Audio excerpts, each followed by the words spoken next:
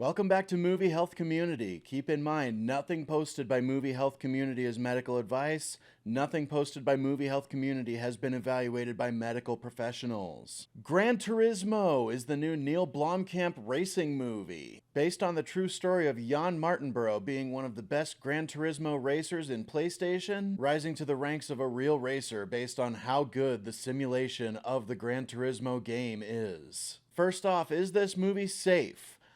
The scenes that you're there to watch are almost completely safe. And I mean that in a similar way to how when you watch the original Top Gun, you're really only there for the air combat sequences. Or when you watch Tenet, you're only there for the forward and reverse action sequences, but you really don't care much about anything in between. That's why Top Gun Maverick is so much better than the original Top Gun, because you actually do care about the stuff in between. But some of the stuff in between the racing sequences, which is what you're there to see, includes scenes where there are cameras flashing from all directions. There is an early chase scene that has some emergency vehicle strobe lights at night that are pretty severe. And there's a brief nightclub scene where strobe lights are used. During the racing scenes, there are some brief moments where you see into the engine and you can see the pistons rising and falling in their cylinders, but you don't see the explosions of gasoline that are causing that, so that does mitigate it a little bit. But yeah, other than that, the racing scenes do not have any flashing lights. For flashing lights, we've given this movie a 7 out of 10. Heavy caution advised for the scenes in between the racing scenes, and light caution advised for the racing scenes themselves. In terms of motion, the camera is always moving in this movie. It's always handheld when we're not racing, and sometimes when there is racing going on, when we're following the pit crew or the crew chief. But the big thing to be wary about with motion is the use of flying drone photography. That's used quite a lot during these racing scenes. This movie, if you are prone to motion sickness from flying scenes or from handheld, it doesn't really shake during the handheld scenes, but there is definitely room for caution on this movie. As for mental health, the only warning I have to give was in the trailers. It's while people are running during a training montage, and one person throws up in full view on screen. That is over after David Harbour makes a comment about it. Now, is this movie any good? I've got to compare this movie to some other racing movies, and there don't seem to be enough. The biggest one you compare it to is probably Ford v Ferrari. It's also fair to compare it to Days of Thunder or Talladega Nights. With all that in mind, I have to say this is probably the best racing movie I've ever seen. Given what I'm wearing, my Kevin Harvick apparel, his 2014 championship hat, and this shirt I got last year. Hopefully that illustrates that I am a bit of a racing fan. I am a NASCAR fan, so this movie covers a different type of racing than what I watch recreationally. But this was probably the best racing movie I've ever seen. It followed a lot of the basic plot elements that you would see in a Rocky or an otherwise underdog sports movie, but I brought someone along who isn't a fan of racing, and they said my attention was kept the entire time. And this movie does a really creative thing with that. It takes elements from the Gran Turismo video games, so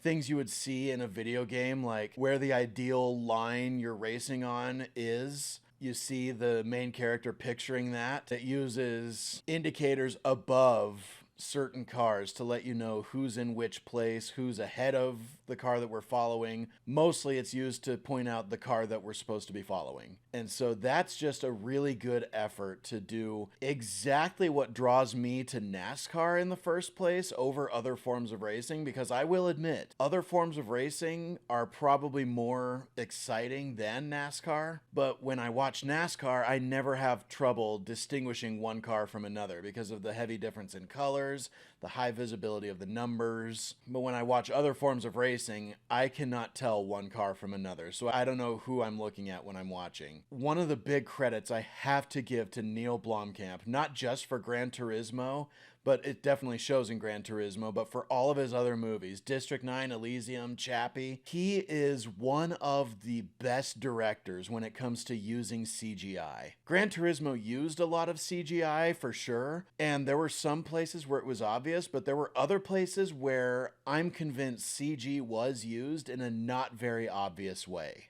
especially when it came to scenes with crashes. That's one of the greatest uses of CGI, as CGI has become more at the forefront of filmmaking, is that it takes the danger out of otherwise extremely dangerous stunts, like flipping a car over a catch fence, which unfortunately did happen in real life, and the footage of that crash is pretty scary to watch. I want to point out that there is a story similar to Jann Mardenborough's unfolding in NASCAR, just kind of slow term, kind of similar to how Jann Mardenborough's story actually did unfold. And that is with NASCAR driver William Byron. He got his start using the program iRacing, and that's how he got noticed by the higher-ups at NASCAR.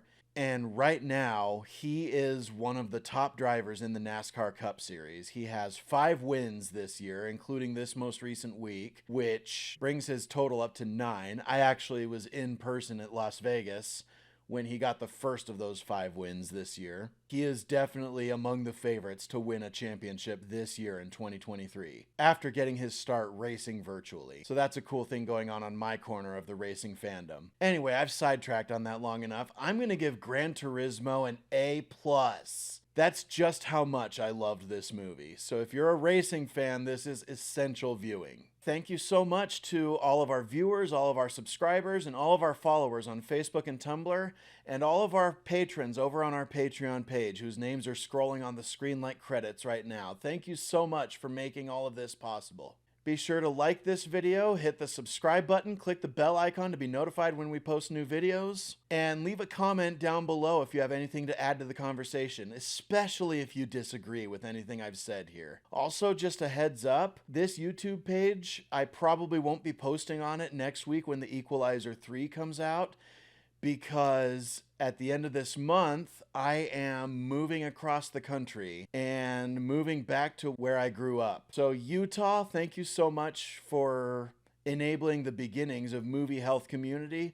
We are excited to continue in Tampa, Florida. From everybody at Movie Health Community, stay safe at the movies.